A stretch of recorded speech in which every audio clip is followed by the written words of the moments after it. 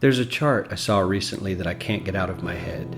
A Harvard business professor and economist asked more than 5,000 Americans how they thought wealth was distributed in the United States. This is what they said they thought it was. Dividing the country into 5 rough groups, the top, bottom, and middle 3 20% groups. They asked people how they thought the wealth in this country was divided. Then he asked them what they thought was the ideal distribution. And 92%, that's at least 9 out of 10 of them, said it should be more like this. In other words, more equitable than they think it is. Now that fact is telling, admittedly. The notion that most Americans know that the system is already skewed unfairly. But what's most interesting to me is the reality compared to our perception. The ideal is as far removed from our perception of reality as the actual distribution is from what we think exists in this country. So ignore the ideal for a moment. Here's what we think is grass, and here is the actual distribution. Shockingly skewed. Not only do the bottom 20% and the next 20%, the bottom 40% of Americans barely have any of them. I mean, it's hard to even see them on the chart. But the top 1% has more of the country's wealth than 9 out of 10 Americans believe the entire top 20% should have. Mind blowing. But let's look at it another way, because I find this chart kind of difficult to wrap around. Instead, let's reduce the 311 million just representative. Here they are. Teachers, coaches, firefighters, construction workers, engineers, doctors, lawyers, investment bankers, CEO, maybe a celebrity.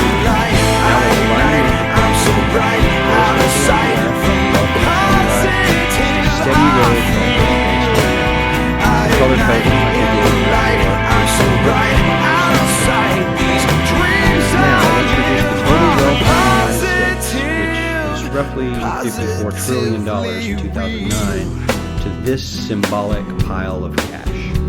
And let's distribute it among our 100 Americans. Well, here's socialism, all the wealth of the country distributed. We all know that won't work.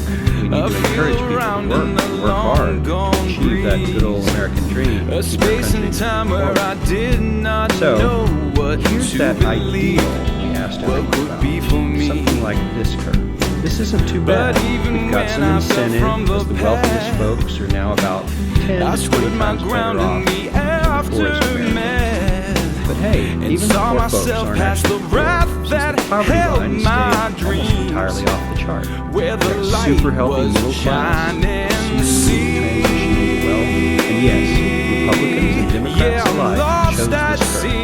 9 out of 10 people, 92%, said this was a nice, ideal distribution of America's wealth. But let's move on.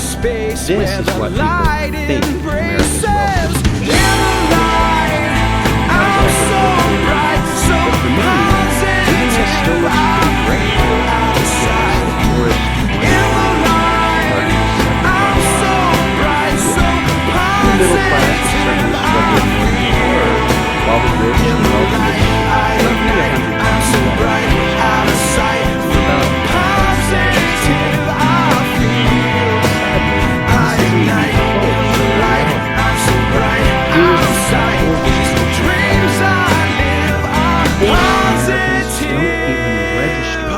They're down to pocket change, and the middle class is barely distinguishable from the poor. In fact, even the rich in the top 10 and 20% are worse off.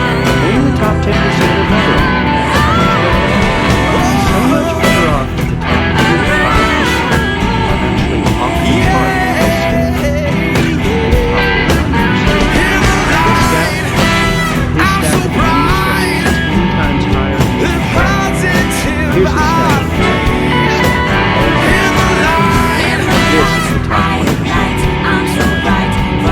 So much freedom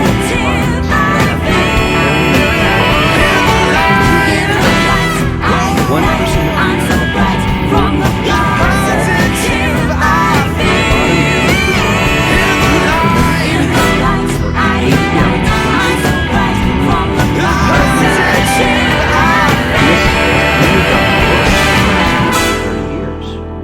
richest 1% take home almost a quarter of the national income today. In 1976, they took home only 9%, meaning their share of income has nearly tripled in the last 30 years. The top 1% own half the country's stocks, bonds, and mutual funds. The bottom 50% of Americans own only 0.5% of these investments, which means they aren't investing. They're just scraping by. I'm sure many of these wealthy people have worked very hard for their money, but do you really believe that the CEO is working 380 times harder than his average employee? Not his lowest paid employee, not the janitor, but the average earner in his company. The average worker needs to work more than a month to earn what the CEO makes in 1 hour. We certainly don't have to go all the way to socialism to find something that is fair for hardworking Americans. We don't even have to achieve what most of us consider might be ideal. All we need to do is wake up and realize that the reality in this country is not at all what we think it is.